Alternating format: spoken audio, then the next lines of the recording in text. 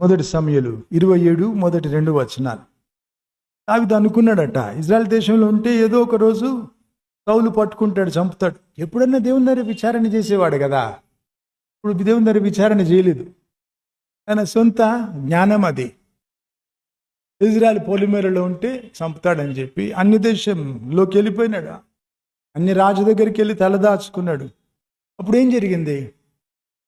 ఒకసారి తను ఎక్కడో యుద్ధానికి పోతే శత్రువులు వచ్చి అంతా పట్టుకెళ్ళిపోయినాడు. తన సొంత వాళ్ళని, తన సంపద అంతా, ఏరాలు కూడా కాల్చిపోయినారు. బూడిద మిగిలింది.